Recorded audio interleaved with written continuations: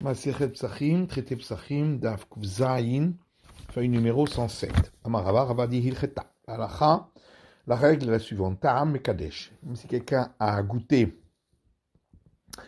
quelque chose après l'entrée du Shabbat, il pourra quand même dire la sanctification du Kiddush, bien que c'était interdit de manger avant Kiddush. Ta'am Mavdil, de même s'il a mangé après la sortie du Shabbat, avant d'avoir fait la bénédiction de la séparation, il pourra quand même la faire, la Havdalah. Celui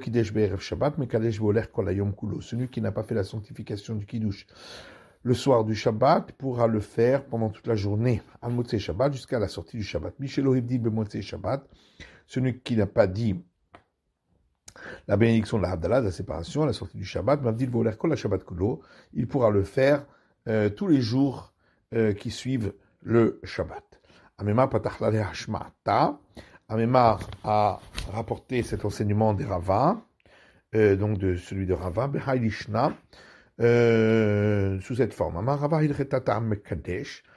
dit, la règle est que si il a mangé après l'entrée du Shabbat, il peut quand même dire la sanctification du Kiddush, Ta'am Mavdil, de même, s'il a mangé après la sortie du Shabbat, il pourra quand même dire la bénédiction de la Havdalah, de la séparation, Mishelo Kiddush Be'er Shabbat Mekadesh Bo'ler Kol Hayom Kulo, celui qui n'a pas dit la sanctification du Kiddush à l'entrée du Shabbat, pourra la dire toute la journée du Shabbat, Mishelo Hivdil Be'motzei Shabbat, celui qui n'a pas dit la bénédiction de la Havdalah, de la séparation à la sortie du Shabbat, Mavdil Ve'oler Kol Hayom Kulo, pourra le faire tout le jour suivant, mais pas plus, d'après cette deuxième version.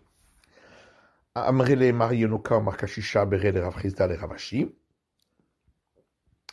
Les deux fils de Rav Chizda, l'un qui était jeune et l'autre qui était plus âgé, on dit à Ravashi, Zimna Chadai Kla Amemar Leatrin. Un jour, Amemar est arrivé dans l'endroit où nous vivions. Nous n'avions pas de vin. Atina al-Shikha, nous lui avons apporté de l'alcool de date. Velo Avdil, il n'a pas voulu dire la bénédiction de la Havdalah, de la séparation. Ou Bat Tavat, et il a passé la nuit sans manger. Le Mahat Arachna Vaitina le Hamra.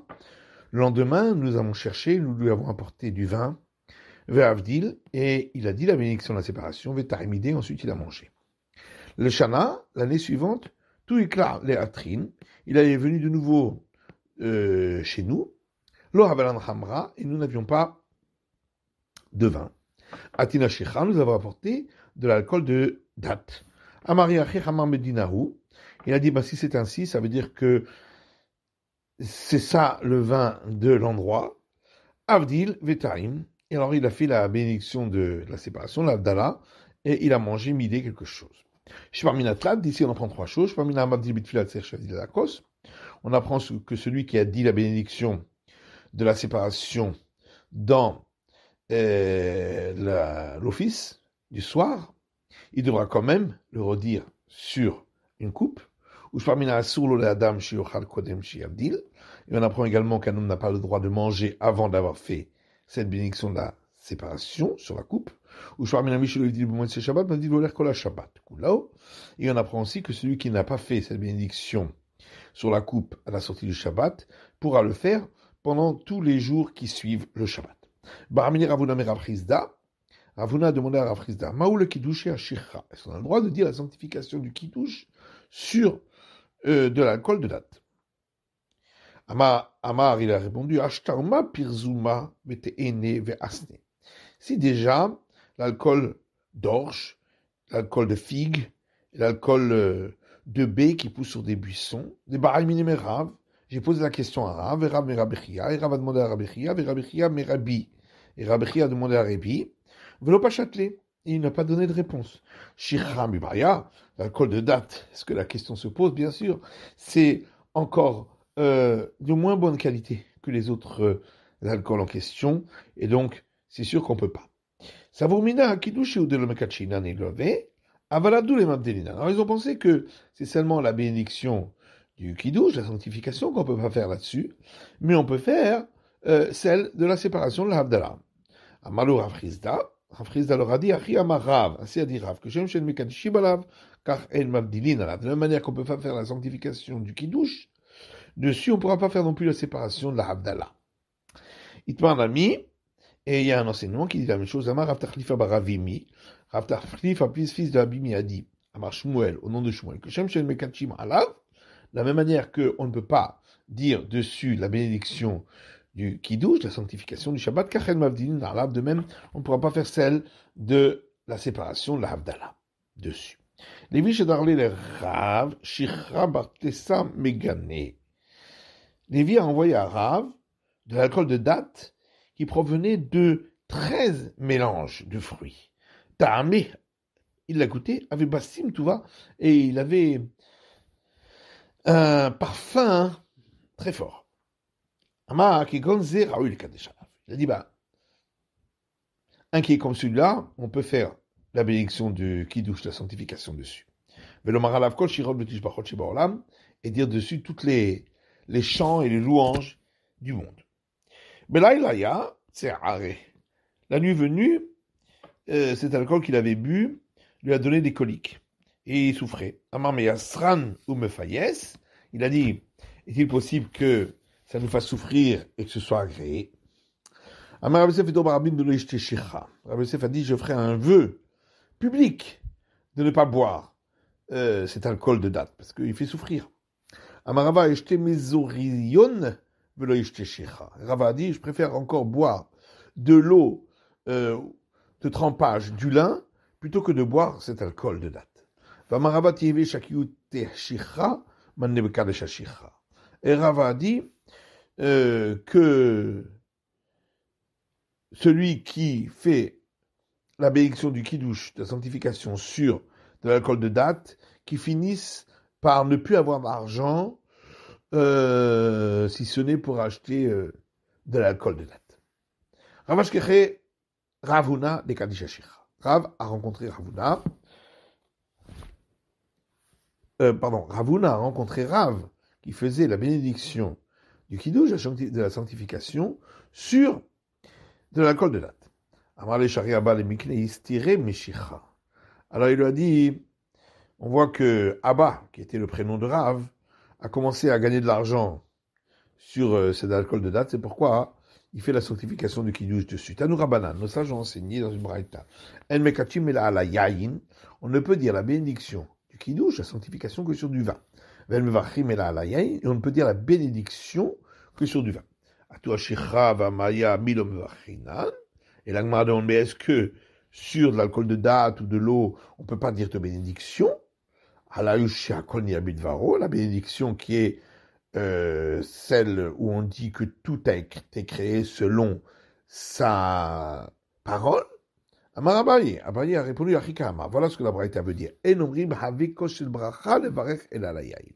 On ne peut demander d'apporter une coupe pour la bénédiction des actions de grâce après le repas que lorsqu'il s'agit d'une coupe de vin.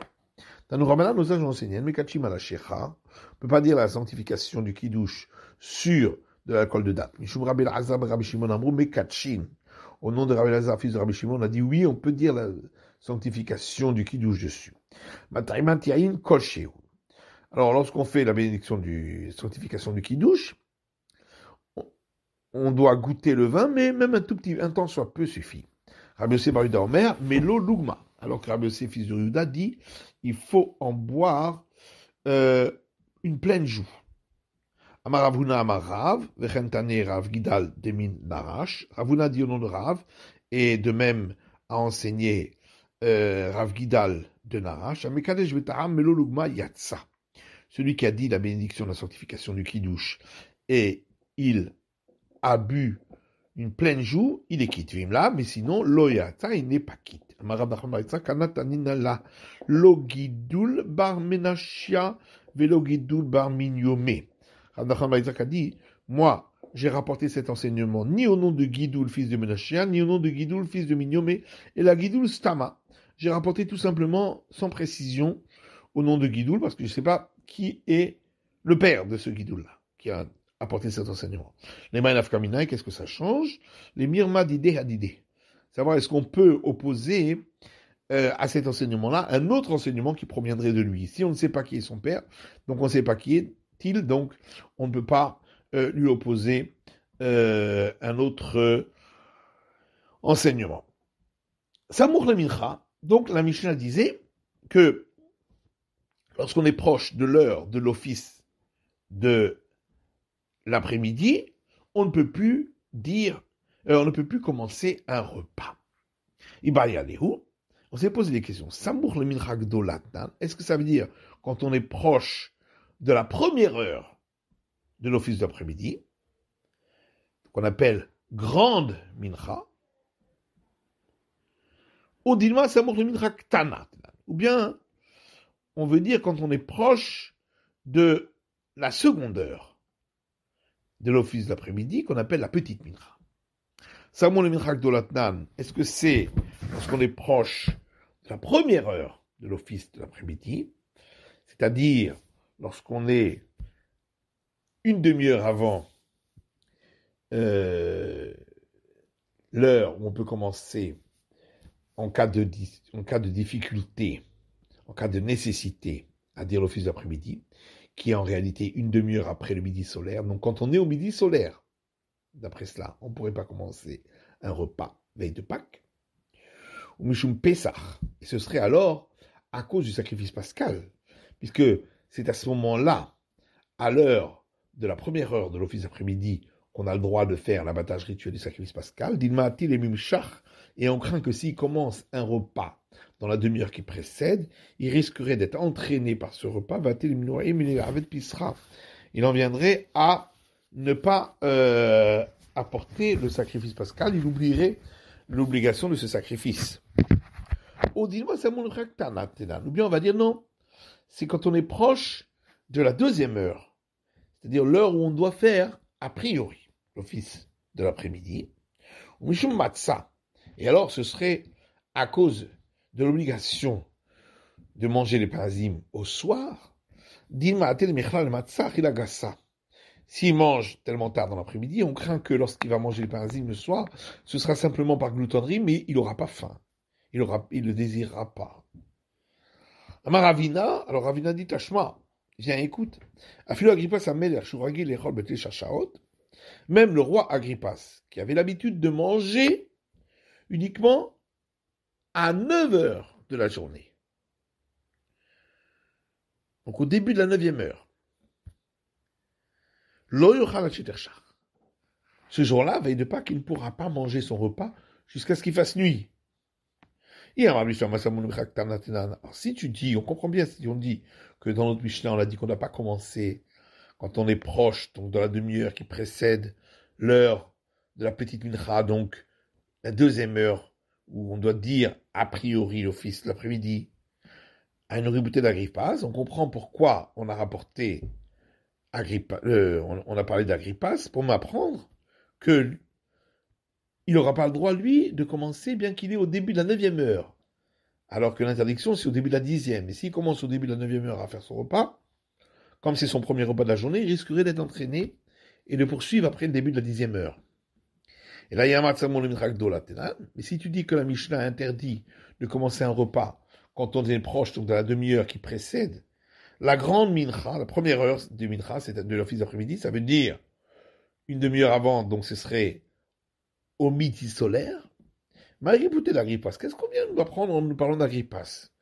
Sur les Mikara, de toute façon, bien évidemment qu'Agrippas aussi n'a pas le droit, puisque l'interdiction commence bien avant l'heure où lui a l'habitude de manger, puisque c'est déjà à partir du midi solaire l'interdiction.